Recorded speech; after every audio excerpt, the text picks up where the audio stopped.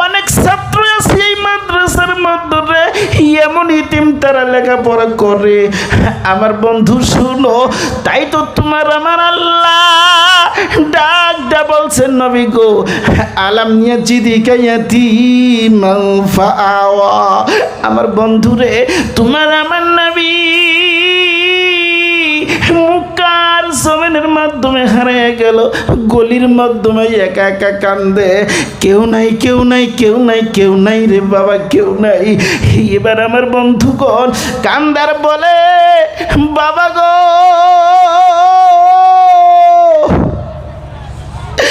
আমি আজকে হারায়া এই মুক্কার গলিতে আমি একা একা ফিরতেছি। বাবা যদি তুমি আজকে বাইসে থাকতা, তোমার কানে যদি খবর গেত মোহাম্মদ হারাইয়া গেছে, তুমি লক্ষ লক্ষ কাজ ছেড়ে দিয়া সকল দুঃখ বেদনা দূর করে বাবা তুমি নাই আমার কাছে আইসা দাঁড়াইতে। বাবা গো আজকে তুমি নাই, আমাকে আর কেউ তালাশ করতে আসে না।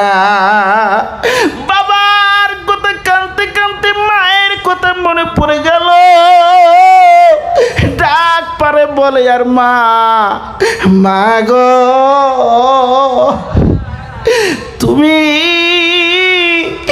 আমাকে ছেড়ে গেলা, আজকে মুক্কার জমিনের মধ্যে হারিয়ে গেছি। আজকে আমাকে তো কেউ হাতের আঙ্গুল ধরে ধরে নিয়ে যায় না। আও দরদি মা আইসা দেখো না আমি এখানে একলা পায়ে বসে আছি।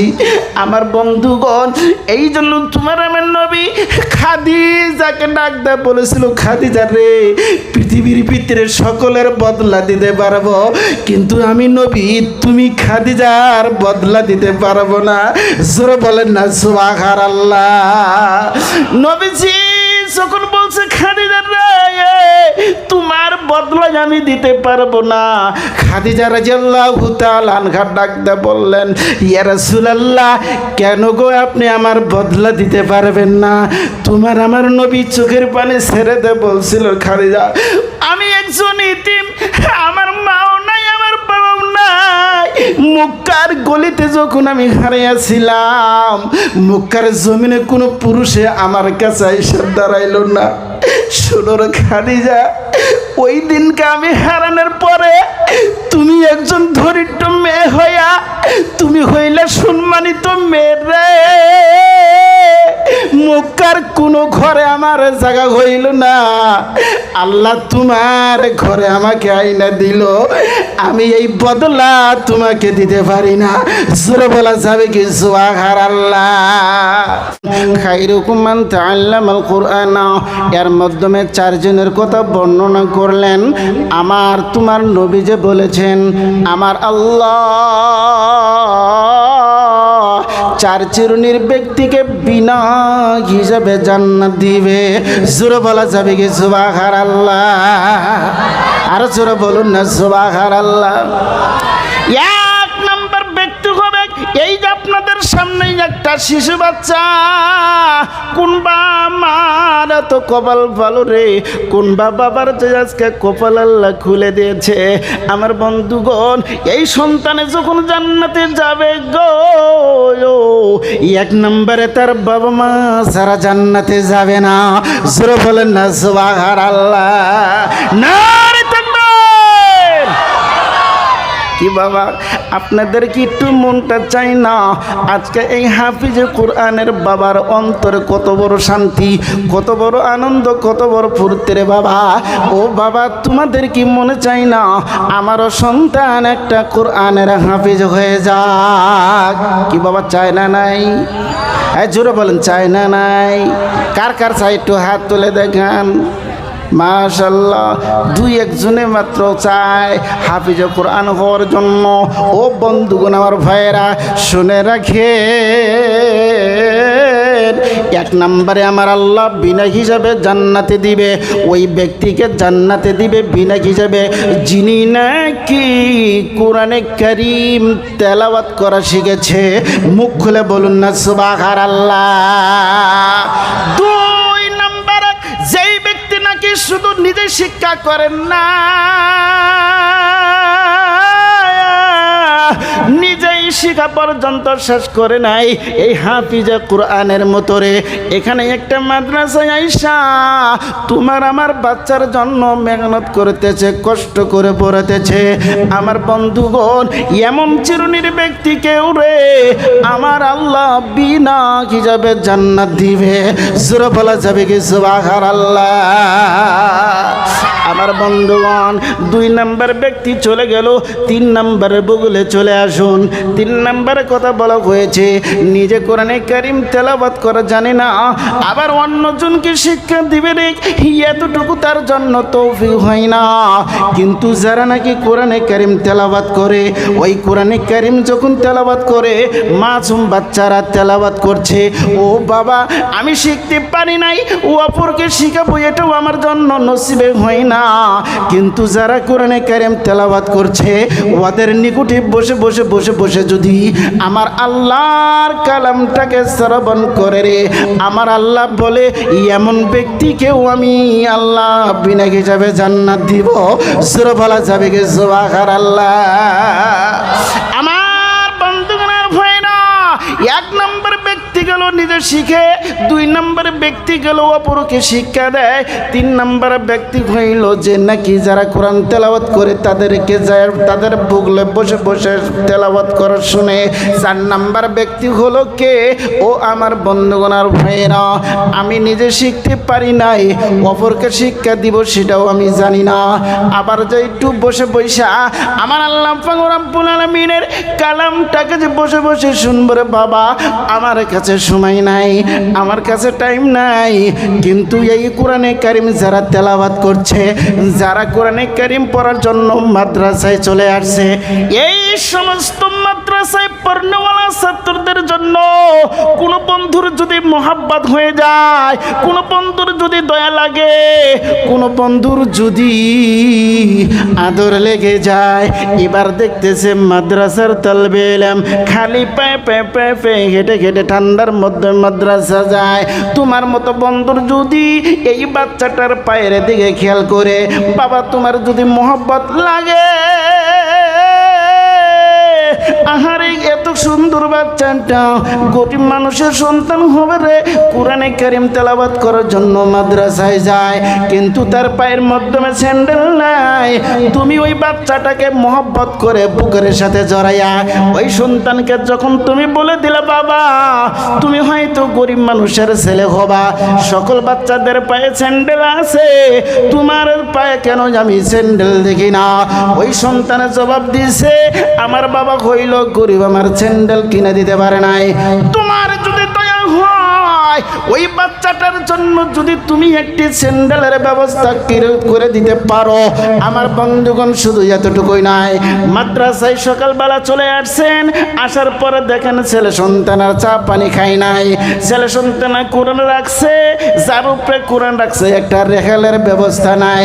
কোন বন্ধু কোন মার যদি তৈরি হয়ে যায় রে আল্লাহর কালামটাকে রাখার জন্য, আল্লাহর কালামটা পড়ার জন্য, এই বাচ্চারা কোরআনে কারিম তেলাওয়াত করবে, এই একটা ব্রেঞ্চির জন্য যখন ব্যবস্থা করে দিল, ও বাবা শুধু এতটুকুই নয়, এতটুকুই নয়, কোনো বন্ধুর যদি এসে দেখলো বাচ্চারা সকালবেলা ভাত খেয়েছে কিন্তু শুধুমাত্র ডাল আর ডাল, অন্য কোনো কিছু খানা পায় নাই, কোনো বন্ধুর যদি দয়া হয়ে যায়, ও বাবা তোমরা শুধু ডাল ডাল ভাত খাইতেছো, যদি ওই বন্ধুর দয়া হয়, আল্লাহ তুমি আমাকে এত সংসার দিয়েছো, কত টাকা পয়সা কত জায়গার মাধ্যমে চলে যায়, রব্বুল আলামিন